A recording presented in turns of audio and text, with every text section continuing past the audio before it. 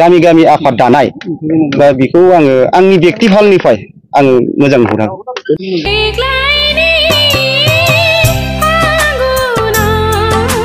He's a tribal god, so we should be tribal always. Siri siri matha matha Siri siri matha matha mohora nangni gosoani asiman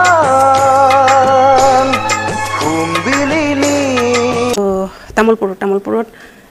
higher secondary school khonor heri hoi asile niki silver jubilee ne golden jubilee tat jubino oha kotha tar bisot to teo dupuriate ahise tar bondhu sontu ase tate pori goise etia moitu golu hondia teo bisarisile bole baido ahise nai mane kiyo bisarisile hi borogittu release har pisote ebar goa nai mane stage ot goa nai etia tar lyrics khini lage hutu sage hi pahurise mane iman bilak gan hi khuna nai aru hoday besto thake recording loi besto thake এই বড় গানটো বোধহয় শুনিবলৈ কি time পোৱা নাই গতিকে তেতিয়া আৰু বিচাৰিছিলে কি ষ্টেজত পাৰফৰ্ম কৰিব লাগিব তাতে আমাৰ বড় মানুহ বহুত আছে গতিকে তেওঁক চাগে কোনোবাই কৈছেও বড়টো গাব লাগে বুলি এই কাৰণে সি মোক বিচাৰিছিলে মই যেতিয়া গৈ পালোঁ তেতিয়া বহুত মানে ভিৰ আৰু তেওঁক লৈ বহুত ভিৰ মানুহ তেতিয়া খুব হেৰি হয় নাই গেদাৰিং হৈ থাকে এনে প্ৰগ্ৰামবিলাকত মানুহ হয় আৰু তেখেতক চাবৰ কাৰণে বহুত মানুহ গতিকে আমি কি কৰিলোঁ তেওঁ ক'লে বোলে বাইদেউ মোৰ বৰগীতটো শিকাই দিব লাগে পিছফালে গ্ৰীণ ৰুমত বহিলোঁ তাতে লিখাটো আছিলে মোৰ তাতে এইটো শুনাই পেলাই তাক মই শিকালোঁ আৰু তাৰ মনত নাই মানে অলপ মনত আছে বাকী মনত নাই তাৰপিছতো উপায় নাই তেওঁ ষ্টেজত গাব লাগে এতিয়া ষ্টেজত গোৱাৰ সময়ত মোক মাতিলে বাইদেউ আহক গাব লাগে বড়ো ভাষাটো মইতো 3টা কেছেটত মই গাইছোঁ কিন্তু বাকিটো মই এতিয়া থুলমুল 50টা মানে এটা ধৰিব পাৰি এতিয়া বহুতে গাইছে মানে তেওঁ পিছফালে আকৌ ঘূৰি চাবলগীয়া হোৱা নাই এইটো কেছেটটো হৈ যোৱাৰ পৰা বহুতে মানে আদৰ কৰিলে আৰু ভাল পালে আয়ত্ব কৰিব পাৰে এইটো আছিলে পিছত দিনাখনটো ষ্টেজত গালোঁ গানটো মানে তেওঁক আৰম্ভণিখিনি গোৱালোঁ বাকিখিনি পাহৰি থাকিলে এতিয়া তেওঁৰ ভাগৰ গানখিনি মই গাই দিলোঁ এনেকুৱা অৱস্থা মানে মোৰ লগত সুৰ মিলাই গৈছে ইয়াৰ পিছত কিন্তু তেওঁক আৰু শিকাবলগীয়া হোৱা নাই নেক্সট প্ৰগ্ৰামবিলাকতো গাইছে আৰু এনেকৈ গাইছে মোৰতো গানবিলাক মনত নাথাকে মুখস্থ নাথাকে ই নচোৱাকৈ গাই দিয়ে মনত ৰৈছে এনেকুৱা মানে আচৰিত ধৰণৰ মানুহ আৰু জুবিনে বড়ো গান এটা গাইছিলে চিৰি চিৰি মাথো মাথো চাগে আপোনাৰ চাগে মনত আছে গানটো অকমান আছে মানে মোৰ এইটো ইমান এটা মনত নাথাকে ষ্টাইলখিনি অলপমান আছে এইটোৱে প্ৰথম কিন্তু গাইছে মই যেতিয়া হয় সেই মাথো মাথোটো এইটো গাওঁতে মই এনেকুৱা আচৰিত হৈ চাই আছিলোঁ ষ্টুডিঅ'ত মানে এই ক'বলগীয়া আছে বাইদেউ ভেবা লাগি চাই আছে কিয় কোৱা নাই মোক সুৰটো হৈছে নাই উচ্চাৰণ হৈছে নাই কিয় ক'ব পৰা নাই কি হৈ আছে চাই আছে ভেবা লাগি পেলাই মানে এনেকুৱা মই ষ্টপ হৈ গৈছোঁ এনেকুৱা এটা হেৰি পৰিৱেশত মই পৰি যাম মই ভবা নাই সি এনেকুৱাকৈ গাইছে মানে চিৰি চিৰি মাথ মাথ মহৰা নংনি গোসোআনি চিৰি চিৰি math math mohora nangni gosoani rah rah ram ram jujaini or baidi dam dam khamgli hobai angthi nai phagla jabai ho nei laiman angthi nai phagla jabai আমাৰ ট্ৰাইবেল মানুহৰ মানে অলপ মগজটো খুব কমকে থাকে সময়ত বহুত বেছিকৈ ওলাই গুচি যায় খুব বেছিকৈ ওলাই গুচি যায় সো সেইকাৰণে আমি কম সময়ত যেটো কাম কৰোঁ নাই মগজটো সবৰে একেই থাকে সেইটো মানে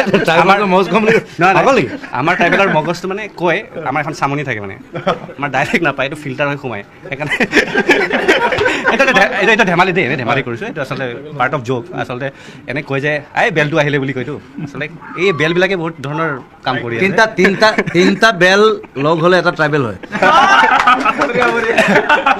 মই সদায় তাক জোকাই থাকোঁ বোলে তই ট্ৰাইবেল হয় তই ইভেন মোৰ ঘৈণীও ট্ৰাইবেল চ' বাট আৰু মই সদায় নিজক কওঁ যে মই বামুণ আছিলোঁ মই লগুণ ছিঙি দিলোঁ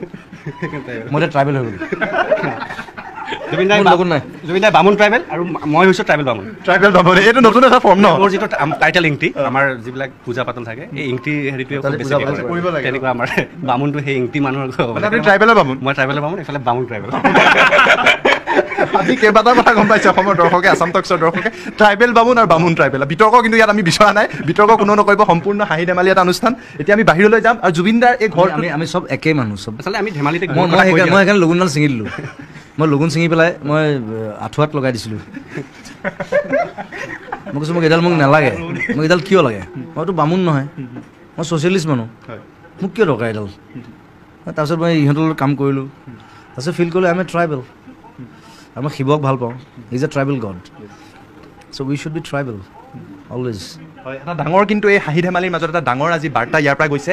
যে মানুহৰ কোনো ভেদভাৱ নাই এই কথাটো আপোনালোকে অনুভৱ কৰিব পাৰিব জুবিন গাৰ্গৰ নিচিনা শিল্পীৰ লগত এইসকল যি কলা কুশলী আছে তেওঁলোকৰ মাজৰ পৰা হাঁহি ফূৰ্তিৰ মাজতে কিন্তু এটা ভাল কথা গৈছে अक्ट'बर बेहाय जोङो धेमाजि जिल्ला XNDB-नि सिमिन सापरियाव थानाय नैबे जोंनि नब्लांबा अफिसाव जोङो मोनसे जेनेरेल मिटिं बा गेवलां मेल लानाय जायो बे गेवलां मेलनि गेजेरजों धेमाजि जिल्ला XNDB इउनाइटेड फारामा गुबुन गुबुन माहारियारि आफादफोरावहाय जोंनि सोद्रोमाफोरा लेथेर फेथेर जाना दंमोन दिनै NDB-आ मोनब्रै मोनबा सेक्सनाव दंमोन दा बेखौ नोजोर बोनानै धेमाजि जिल्ला XNDB इउनाइटेड फारामा सारेन्डारनिफ्राय लानानै आरो जोंनि बेसेबां साफ्रोम बारग' NDP-फोरखौ लानानै मुंख्लं न'खरफोरखौ लानानै जोङो मोनसे गेवलां मेल जिरायनाय जायो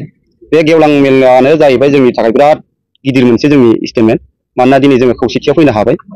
जा सारेन्डारफोर थाबाय आरो जोंनि बारग' NDP-फोरबो गासैबो सोद्रोमाफोरा थाजोब्बाय आरो मुंख्लं न'खरफोरबो थाबाय दा बैफोरखौ नोजोर होनानै जोङो बै जेनेरेल मिटिंखौ जों लानाय जादोंमोन दा बे जेनेरेल मिटिंआव जोङो माखासे जों थांखि दैखांनाय जादों जाय थांखिफोरखौ लानानै जोङो सिगाङाव दोननानै जों खामानि मावनो आवगायदों थांखिफोरा जोंहा जोंनि NDP-नि मावनो गोनां जेलाव थानाय फाउन्डार रन्जन दैमारि सार आरो मुंख्लंफोरनि मोननो गोनां अनसुंथाइ आरो जोंनि बारग' NDP-फोरनि एक्ट्रिसआ अनसुंथाइ मोननाय दा बैफोरखौ सिगाङाव दोननानैनो जोङो बैफोर थांखिफोरखौ जों लानानै खामानि मावनो नागिरदों आरो बेखौ लानानैनो जोङो थांनाय 12 अक्ट'बराव जोङो जेनेरेल मिटिंखौ लानाय जादों आरो बे जोंनि थाखाय बिराद मोजां मेसेज मानोना जोङो सारेन्डार आरो जों गासैबो खौसेथियाव थानानै जोङो बे NDP-नि खामानिखौ जों सिगाङाव दोननानै मावनो होननानै जोङो बे थांखि दैखांनाय जादों धेमाजि जिल्ला XNDB इउनाइटेड फारामनि आङो आफादगिरि महरै आङो नोंथांमोननि फोसावनायनि गेजेरजों आं बेखौ बुंनो लुबैयो बा बुंगोन मानो होनबाथाय आङो मिथिनायाव आरो आं मिथिखायो धेमाजि जिल्लायावहाय जोंनि नैबे सिमिन सापरि हालामावहाय खौसेथि बर' सुबुं आफाद UBP बियो अलरेडि सानजा सोनाब दंखायो बिथांमोना दख'रा दंखायो सानजा सोनाब दा बिनि गेजेरावबो आरो गामि गंसेयाव UBP आफाद बियो खिन्थु रिसिभ जाथावना नङा मानो होनोबाथाय मोनसे आफादावहाय दख'रा थायो दख'रानि सिङाव आरो भिलेज आफाद थायो होननानै आंहा बे फोथायनाय गैया जुदि मा मिनिखौ लाना दादों आंहा बेखौ बुंनांगौ गैया खिन्थु बे आफाद दानायनि बेलायावहाय खिन्थु उननि पर्यायाव माबा मोनसेफोर जायोबा रेसपन्सिबिलिटिया बिसिनाव थागोन बिसोरनि रेसपन्सिबिलिटि जागोन बेहाय खिन्थु आङो गामि आफाद दानाय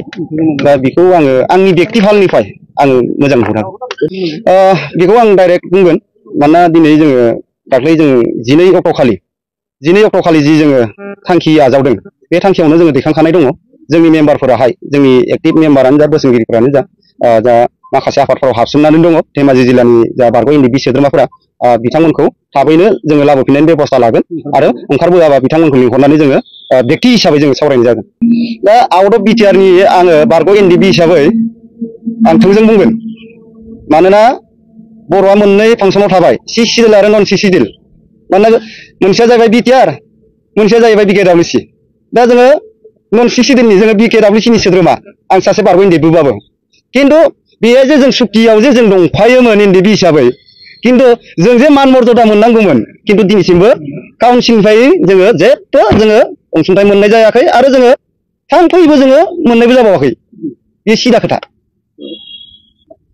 आं थांनाय जिथुनाखि सिगनेटरिफोर बिथांमोना फेलार जादों मा बुङो गबिन्दआनो जा फेरेंगायानो जा सावरायग्रायानो जा आरो आं बुंबावगोन सिगनेटरि हिसाबै 3 कमिटि दाना होदोंमोन NDP-नि खामानिखौ मावनो थाखाय बै सुबुंफोरानो जाहैबाय जा फार्स्टआव दिपेन बर' दुलाराय बर' फरायसा आफादनिफ्राय सेकेन्डआव दंमोन गबिन्द थार्डआव दंमोन फेरेंगा 5 बोसोराव बिथांमोना NDP-नि समस्याखौ जेबो खामानि मावनो हायाखै आरो मावनाबो होआखै मावनायब्ला दिनै नोंथांमोननि ससियेल मिडियाआव आं बुङामोन 5 बोसोर बायदोंलांबाय बिथांमोननि सरकारा नङा नङा कनफिडेन्ट होनबाय थायो बेखौ माने बिनि केसखौ खिन्थु सुक्तियाव डाइरेक्ट दंखाथारो जिथुनाखि एकर्ड जाखांनायनि उनावहाय जेलाव थाफिननायनि कुनु फर्मुलायानो गैयामोन बियो डाइरेक्ट पलिटिकेल नोजोर नांदों बेहाय बेखायनो बिथाङा दिनै उदां अख्राङाव फैनो हायाखै आं आसा खालामदों धेमाजि जिल्लानि एक्स एनडिपि इउनाइटेड फारामनि जानानै आफादगिरि महरै एबारनि फैबाय थानाय 5 बोसोरनि जिथुनाखि गभर्नमेन्ट हाग्रामानि मानगोनां हाग्रामा सरकारनि दैदेननायाव निश्चय एनडिपिनि समस्या जोबगोन जेलाव थानाय मुंख्लंफोरनि आरो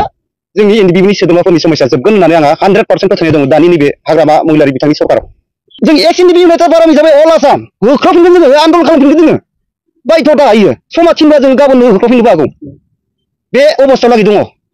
मुंख्लं दखौबो बुंदों 100% एबार हाग्रामा महिलारि सारनि दैदेननायाव एबार 5 बोसोर सरकार चान्स मोनदों निश्चय मावगोन आरो जों साननैसोनि गेजेरावनो जोङो सरकारा बिथांमोना फुल प्रेजेन्ट जाजोबोबा जों निश्चय मेसेज मोनगोन होननानै आंहा मोनसे फोथायनाय दङ एक्स एनडिपि इउनाइटेड फारामनि आफादगिरि जानानै नंगौ समाज फोसाबनायाव लाइमोनफोरखौ फोसाबनायावहाय दिनै बर'नि माहारियारि आफादफोरानो मोनफ्रोमबो आफादानो बिहोमा दङ दुलाराय बर' फरायसानिफ्राय लानानै बर' साहित्य सभानिफ्राय लानानै आबोबनिफ्राय लानानै धर्म आफादनिफ्राय लानानै आरो एक्स एनडिपिनिफ्राय लानानै रावबो गाज्रि जाजानो लुबैया सासे गथ'खौ दा बैखौबो जोङो जिथुनाखि 12 तारिखआव जिथुनाखि जों गेवलां मेल लानाय बेयो जों थांखि दैखांना लानाय जाखादों आरो बे थांखि दैखांनायखौनो सिङाव दोननानै जों खामानि मावगोन एक्स एनडिपि इउनाइटेड फाराम आं नैबे